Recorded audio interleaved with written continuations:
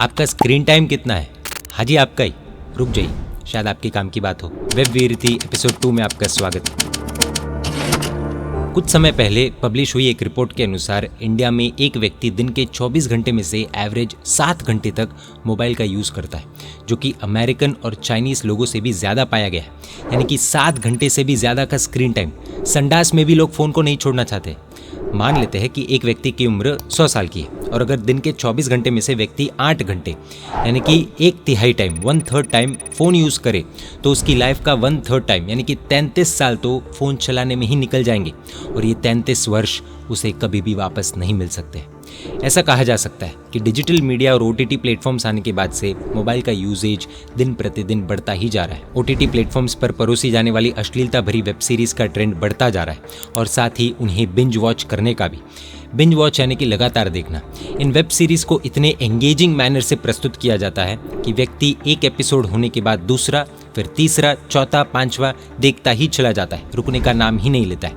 और उस व्यक्ति का स्क्रीन टाइम भी कब 1 घंटे से 7 घंटे तक पहुंच जाता है उसे पता नहीं चलता है। साथ में ये लोग परोसते हैं गंदगी, जिससे लोगों की आंखें हटे ना, यानी कि टाइम वेस्ट के साथ साथ बर्बादी फ्री। एक OTT प्लेटफॉर्म ने लोगों की बिंज वॉच करने की इस आदत को एनालाइज करने के लिए एक स्टडी की, जिससे ये पता चला कि इस प्लेटफॉर्म के 61% यूजर्स बिंज वॉच करते हैं। 61%। वर्ल्ड हेल्थ ऑर्गेनाइजेशन ने जरूरत से ज्यादा स्क्रीन टाइम वाले लोगों को सेडेंटरी बिहेवियर यानी कि इनएक्टिव कैटेगरी में रखा है। उसका कारण यह है कि बिंज वॉच करने वाला व्यक्ति मेंटल रूप से इतना थक जाता है, एग्जॉस्ट हो जाता है कि वो फिजिकल एक्टिविटी से दूर भागने लगता है और आलसी इंसान की तरफ पड़े रहता है। आलसी इंसान का भविष्य कभी भी अच्छा नहीं होता है।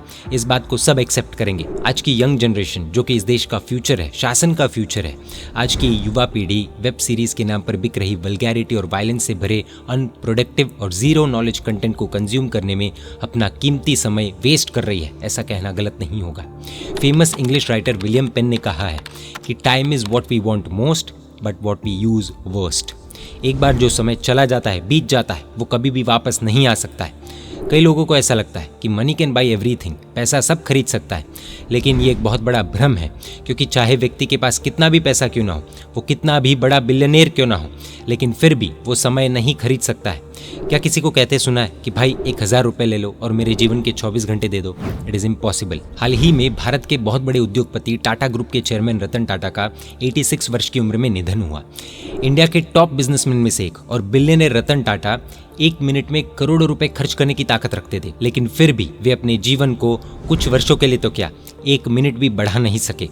मौत ये रख पैसे तू बाद में आना, ऐसा नहीं कह सके, या फिर पैसों का इस्तेमाल करके अपनी उम्र को कम भी नहीं कर सके, क्योंकि समय को पैसों से नहीं खरीदा जा सकता। Let this be very clear. पैसों से लीपा पोती करके उम्र कम दिखाई ज़रूर जा सकती है, लेकिन उम्र कम नहीं की जा सकती है।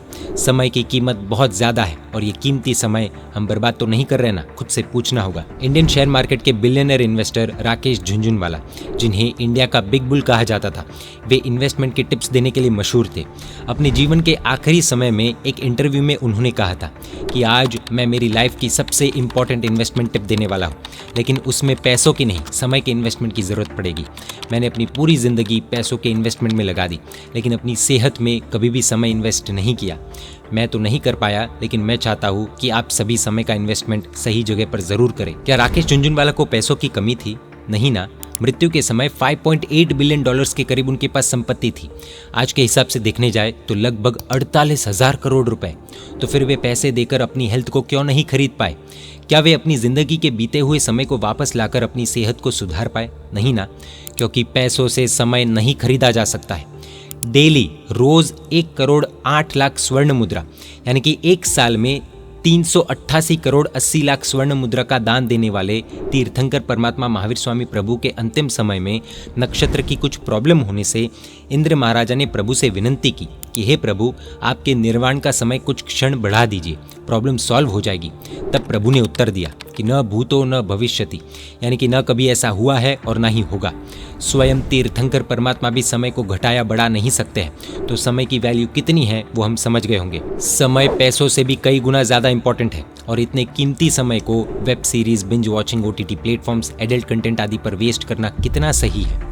आज अगर यदि हम कहें कि हमें वापस अपने बचपन में जाना है, या फिर कोई 30s वाला व्यक्ति कहे कि मुझे अपने 20s में वापस जाना है, कोई 50s वाला व्यक्ति कहे कि मुझे 30s में वापस जाना है, तो क्या ये पॉसिबल होगा? बिल्कुल नहीं। तो फिर दिन के 5-7 घंटे मोबाइल में बर्बाद करना कितना सही है? ऊपर से गंदगी देखना, यानी कि बर्बादी प्रो मैक्स। आप अपना स्क्रीन टाइम कमेंट्स में हमें ज़रूर बताइएगा, ताकि हमें पता चले कि आज के युवा का एक्चुअल स्क्रीन टाइम कितना है। साथ ही इस वेब वीरती नामक ऑनलाइन कैंपेन से जुड़कर आप अपना रेजोल्यूशन यानी कि संकल्प बता सकते हैं। जैसे फॉर एग्जाम्पल, भले आज मेरा स्क्रीन टाइम 5 घंटे है, लेकिन इस वेब वीरती नामक ऑनलाइन कैंपेन से जुड़कर मैं अपना स्क्रीन टाइम 1 घंटे तक ला कर रखूंगा। हर एक व्यक्ति को सोचना होगा कि आज का हमारा ये प्रेशियस टाइम वेब की दुनिया में अगर हम लगा देंगे और 5 या 10 साल के बाद इस टाइम को वापस लाने की सोचेंगे, तो भी हमें ये वापस नहीं मिलेगा। फिर बाद में सिर्फ पश्चाताप यानी कि रिग्रेट रह जाएगा। इसलिए अब चॉइस हमारी है, हम होशियार है या मूर्ख, ये अब हमारी सोच पर निर्भर करता है। एक कदम शील रक्षा की ओर।